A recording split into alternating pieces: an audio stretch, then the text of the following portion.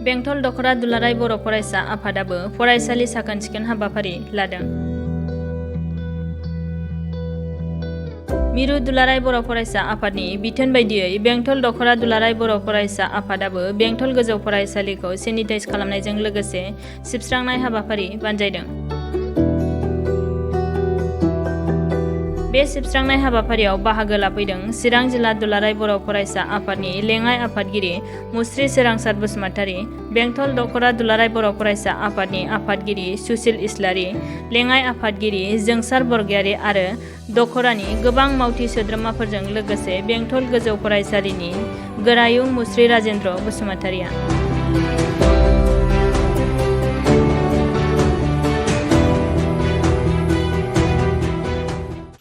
दिनै दुलाराय बर' फरायसा आफादनि थांखि एबा बिथोन बायदि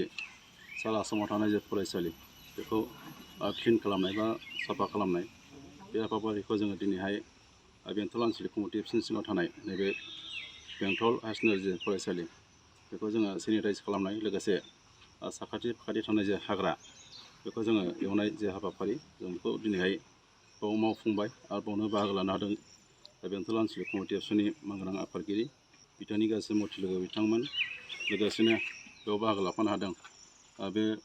फरायसालिनिनो मानगोनां प्रिन्सिपाल सार रहेन्द्र समफ्रामारि सार बिथां गिबियावनो आङो बयनिसिमबो साबायखर जासिदों। दा बेनि दिनैनि जे क्लिनलिनेस जे साफा खालामनाय जे हाबाफारि बे दिनैल' जानाय नङा, सप्तासेसो दखरा आफादनि सिङाव बा जिल्लानि सिङाव जेसेबां फरायसालिफोर दं बेखौ जोङो जोबागौमानि जों साफा खालामबाय थागोन। दा बेनि गिदिरथार मोनसे उद्देश्यआनो जाहैबाय जिहेथु फरायसालिया थाबैनो जे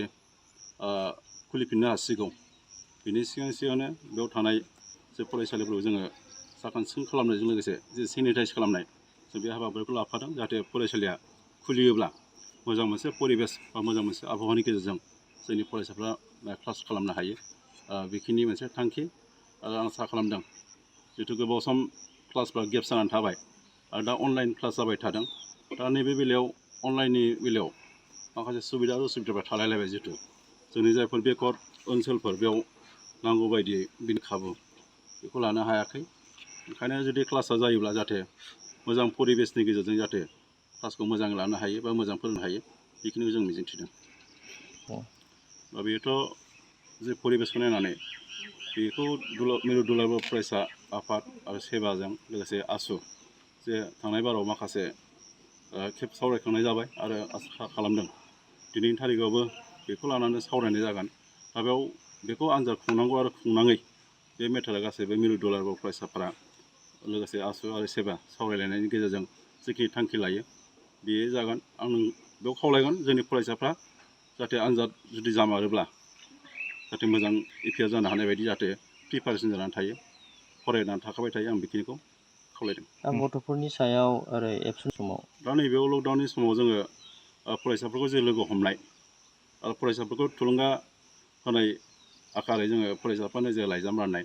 बे हाबाफारिखौ मावखांबाय आरो बिनि बादैबो जोङो फरायसाफोरखौ न' थांनानै खावलायहैबावदों जाहाथे मोजाङै फरायो मोजाङै सेफटि जानानै थायो बेखौ जों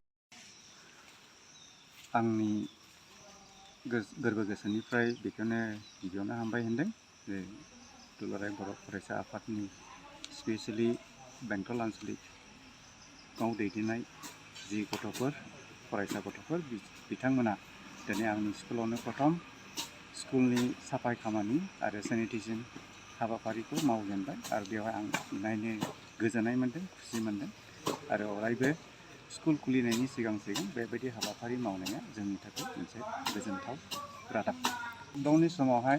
जोंनो बिथोन हरनाय बायदियै गोजौ अफिसारफोरनि बिथांमोननि बिथोन बायदिनो जोङो अनलाइन क्लासबो खालामगासिनो दङ आरो बेजों जोङो फरायसालिनि जेसेबांनाखि गथ'फोर दङ बेफोरखौ जोङो मबाइलफोरजों कन्टाक्ट खालामनानैहाय बिसोरखौ इनकारेज होगासिनो दङ जाहाथे जोंनि थांखिफ्रा फरायनायनि थांखिफ्रा गोजौआवहाय सहैनो हायो।